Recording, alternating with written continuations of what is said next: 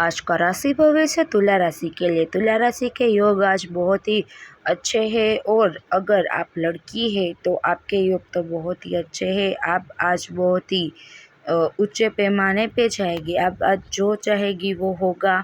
और अगर आप लड़के हैं तो आज आपका दिन बहुत ही स्ट्रगल वाला रहेगा। सोच समझ कर कदम और निर्णय लीजिएगा और अपने आप पर भरोसा रखिएगा और आप लड़कियों से दूर रहेगा और लड़कियां लड़कों से दूर रहेगी, क्योंकि आज आपका भारी योग है और आपके घर पर आज साक्षात माता लक्ष्मी का आने का योग बन रहा है। आज आप जो मांगेंगे वो आप आज को मिलेगा।